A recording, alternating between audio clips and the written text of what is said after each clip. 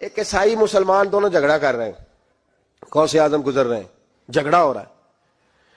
عیسائی مسلمان سے کہتا ہے ہمارے نبی عیسیٰ علیہ السلام نے مردے زندہ کیے، تمہارے نبی نے بھی کو کیا تو بتاؤ. مسلمان پڑھا ہوا نہیں تھا، حالانکہ نبی پاک نے بڑے مردے زندہ کیے، پڑھا نہیں تھا، بتا نہ سکا. غوث اعظم کے کان میں آواز گئی تو جا کے عیسائی کا بازو پکڑ کے جھنجھوڑا. فرمانے لگے کیا کہا تم نے؟ میرے مصطفیٰ نے مردہ زندہ کیا تو بتاؤں. فرمایا تو نبی پاک کی چھوڑ، میں غلاموں کا غلام ہوں، میں غلاموں کا غلام ہوں، مجھے بتا کون سا مردہ زندہ کرنا ہے. تو چھوڑ حضور کی بات نہ کر، میں غلاموں کا غلام ہوں، مجھے بتا کون سا مردہ زندہ کرنا ہے. پرانی قبر پہ لے گیا، کہنے لگا جی اگر نہ ہوا تو. غوث اعظم فرمانے لگے جو تو کہے گا وہ میں کروں گا. تو کہنے لگے اگر ہو گیا تو. تو غوث اعظم کہنے لگے نہ میرے خانقاہ پہ جھاڑو دینا، نہ میرے برتن مانجنا، نہ میرے گھر کا سودا لانا. اگر زندہ ہو گیا تو بس میرے نبی کا کلمہ پڑھ جانا، بس میرے رسول کا کلمہ پڑھ جانا. اللہ اکبر. اس نے جو سب سے پرانی قبر تھی نا، وہ کہتا ہے یہ ہمارے دادا نے بھی نہیں دیکھا تھا بندہ کون ہے. اس قبر پہ کھڑا ہو کہنے لگا اس کو زندہ کریں. تو غوث اعظم رضی اللہ تعالیٰ عنہ قبر کے سرانے کھڑے ہوئے تو دعا کرنے لگے، کہنے لگے مولا اپنے لیے نہیں، تیرے رسول کے لیے. پھر فرمایا قم باذن اللہ، اٹھ اللہ کے حکم کے ساتھ. ایک عورت کلمہ پڑھتی ہوئی کھڑی ہو گئی، کھڑی ہو گئی، اور کھڑی ہو کے اس نے پہلا جملہ کہا تو کمال کر دی. کہنے لگی میرے نصیب دیکھو، میں بنی اسرائیل کی تھی، عبد القادر تیرے صدقے جاؤں، تو نے مجھے کھڑا کیا ہے تو اللہ نے مجھے مصطفیٰ کا کلمہ پڑھنے کی توفیق دے دی. تیرے قربان جاؤں عبد القادر، تیری کیا بات ہے. اب وہ بندہ دوڑ دوڑ کے غوث اعظم کے قدموں میں آیا، فرمانے لگے نا کلمہ میرے مصطفیٰ کا پڑھنا ہے. آج نا کرامت کی بات آتی ہے تو بندے چھپنے لگ جاتے ہیں، کہتے ہیں نہیں نہیں یہ نہیں ہو سکتا. بڑا مدافعانہ سا عمل، بڑا شرمندہ سا لب بولا جی وہ غوث پاک. ایک دن ایک صاحب کرامت بیان کر رہے تھے تو بڑے جھجک کے حضور غوث اعظم. میں نے کہا تو بیٹھ، مجھے بیان کرنے دے. تو ڈر رہا ہے، کرامت سے ڈر رہا ہے، مجھے بیان کرنے دے، میں بیان کرتا ہوں، مجھے بیان کرنے دے.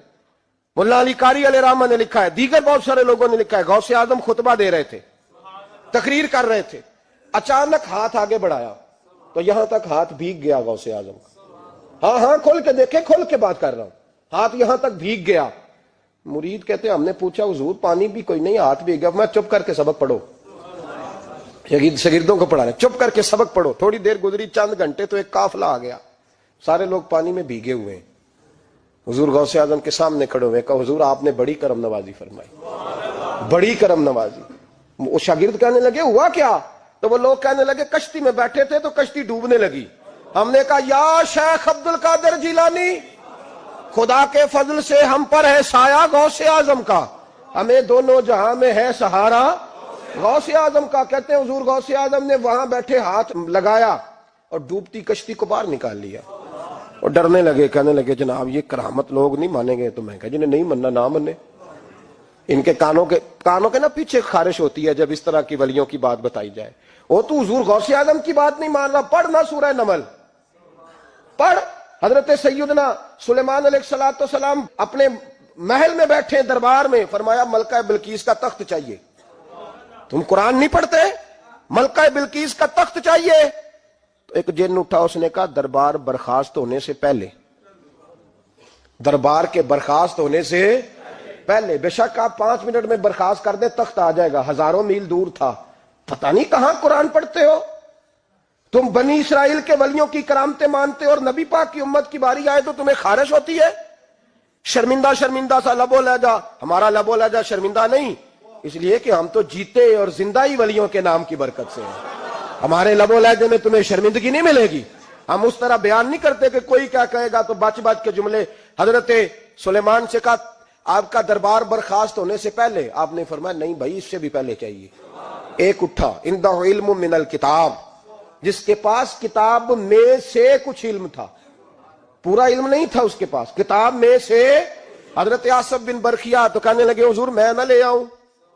تو میں کب لاؤ گے؟ انہوں نے کہا پلک جھپکنے سے نہ. اگر سارے بولے تو لطف آئے گا. پلک جھپکنے سے پہلے. آپ نے فرمایا چل لا کے دکھا. پھر آیا کہ نہیں؟ بولے آیا نا. حضرت آصف بن برخیا وہاں سے گئے کہ وہیں رہے؟ آیا نا تخت. 80 فٹ اونچا، 80 فٹ چوڑا، 80 فٹ لمبا، اتنا بھاری کہ شاید 50 لوگ نہ اٹھا سکیں.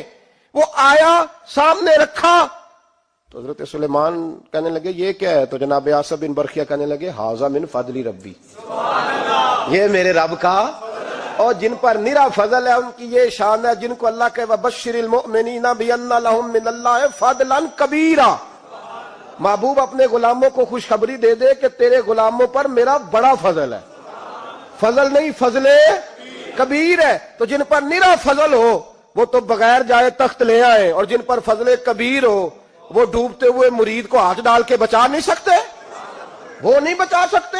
ڈر ڈر کے کیوں بات کرتے ہو؟ کھل کے کو خدا کے فضل سے ہم پر ہے سایہ غوث اعظم کا، ہمیں دونوں جہاں میں ہے سہارا غوث اعظم۔ حضور غوث پاک واز کرتے، نصیحت کرتے، اور چونکہ نہ شہرت کے لیے، نہ مال کے لیے، نہ نوٹوں کے لیے، اس لیے غوث اعظم جب تقریر کرتے نا، ایک دن بغداد میں بارش شروع ہو گئی، خطاب ہو رہا تھا، لوگ بکھرنے لگے تو دو جملے غوث پاک کے، کہنے لگے یا اللہ تو دلوں کے بھید جانتا ہے، اگر بندے میں نے اپنی ذات کے لیے اکٹھے کیے ہیں تو تیز بارش برسا، دوڑا دے سارے، اور اگر تیرے لیے اکٹھے کیے ہیں تو پھر بھی تیری مرضی، رکھنے ہیں تو رکھ، بھیجنے ہیں تو۔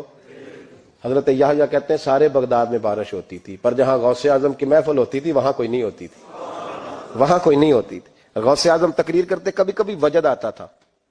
وجد کس کو کہتے ہیں؟ وجد کبھی کبھی آپ کہتے نہیں کہ